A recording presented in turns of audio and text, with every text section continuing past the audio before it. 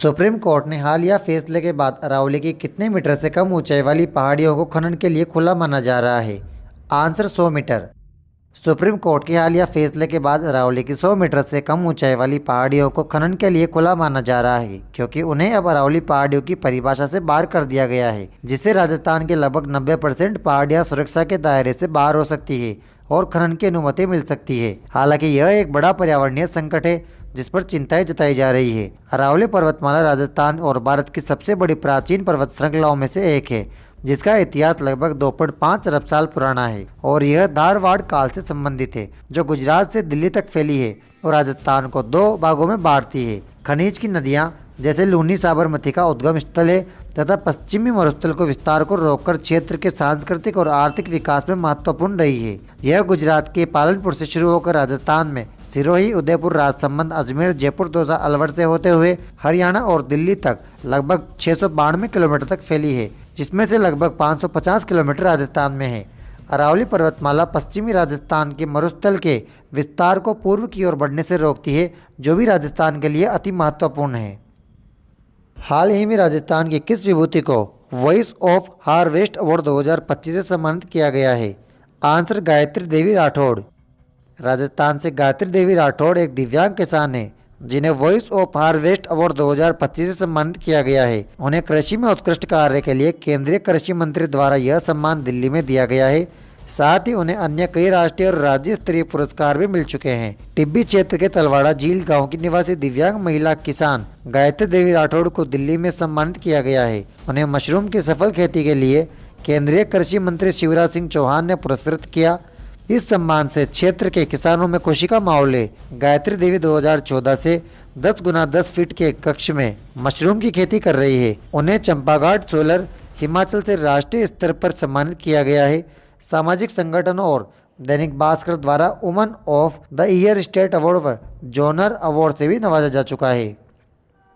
हाल ही में केंद्रीय रेल मंत्रालय ने राजस्थान में बालोतरा पचपदरा में कितने किलोमीटर की लाइन के फाइनल लोकेशन सर्वे को हरी झंडी मिली है? Answer 11 kilometre. केंद्रीय रेल मंत्रालय ने राजस्थान में रेल कनेक्टिविटी बढ़ाने के लिए कई नई रेल लाइनों के सर्वेक्षण को मंजूरी दी है। खासकर बालोतरा पचपदरा अर्थात 11 किलोमीटर की लाइन के फाइनल लोकेशन सर्वे FLS को हरी झंडी मिली है, जो पचपदरा रिफाइनरी को जोड़ेगी और जोधपुर अहमदाबाद दिल्ली मार्ग को सुगम बनाएगी। इसके अलावा नीमच, बांसवाड़ा, दाहोद, नंदुराबाद जैसे आदिवासी क्षेत्रों को जोड़ने वाली लाइनों के सर्वे को भी मंजूरी मिली है। और सांसद ब्रजेंद्र ओला ने भी झुंझुनू के लिए नई लाइनों की मांग रखी है, जिस पर रेल मंत्री ने सकारात्मक आश्वासन दिया, जिससे राज्य में रेल इंफ्रास्ट्रक्चर के विस्तार की उम्मीद है। मारवाड़ जंक्शन देवगढ़ मदारिया लाइन इस मार्ग के FLS को भी मंजूरी मिली है, जिससे राजसमंद, उदयपुर, पाली और अहमदाबाद जयपुर के बीच संपर्क मजबूत होगा। राजस्थान के किस विभाग द्वारा राज्य स्तर पर 1 माह तक चलने वाले विशेष अभियान मिशन समृद्धि का शुभारंभ किया गया है? आंसर आजीविका।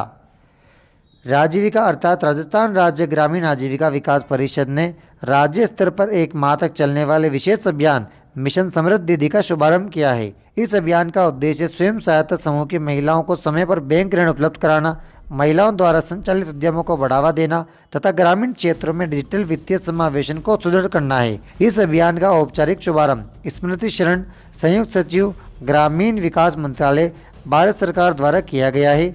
मिशन समृद्धि का मुख्य उद्देश्य SHG महिलाओं को समय तक बैंक क्रेडिट से जोड़ना, मौजूदा एवं नए उद्यमों को प्रोत्साहित करना और जिला स्तरीय टीमों व बैंक संस्थानों में बीच समन्वय को बढ़ाना है तथा इन्हें मजबूत करना है। अभियान में सुरक्षित कैशलेस लेन देन, डिजिटल वित्तीय साक्षरता, BC सखी द्वारा घर घर बैंकिंग सेवाएं तथा उद्यमियों के लिए सामाजिक सुरक्षा एवं परिसंपत्ति बीमा पर विशेष जोर दिया गया है। राजस्थान में आजीविका की स्थापना अक्टूबर 2010 में राजस्थान सरकार द्वारा ग्रामीण विकास विभाग के तहत एक स्वायत्त संस्थान के रूप में की गई थी, जिसे राजस्थान सोसाइटी पंजीकृत अधिनियम 1958 के तहत पंजीकृत किया गया था। अरावली पर्वतमाला की सबसे ऊंची चोटी कौन सी है, जो राजस्थान के सिरोही जिले के पास माउंट आबू की स्थित है और इसकी ऊंचाई लगभग 1722 मीटर अर्थात 5650 फीट है, जो इसे अरावली रेंज की सबसे ऊंची बिंदु बनाता है? आंसर गुरु शिखर।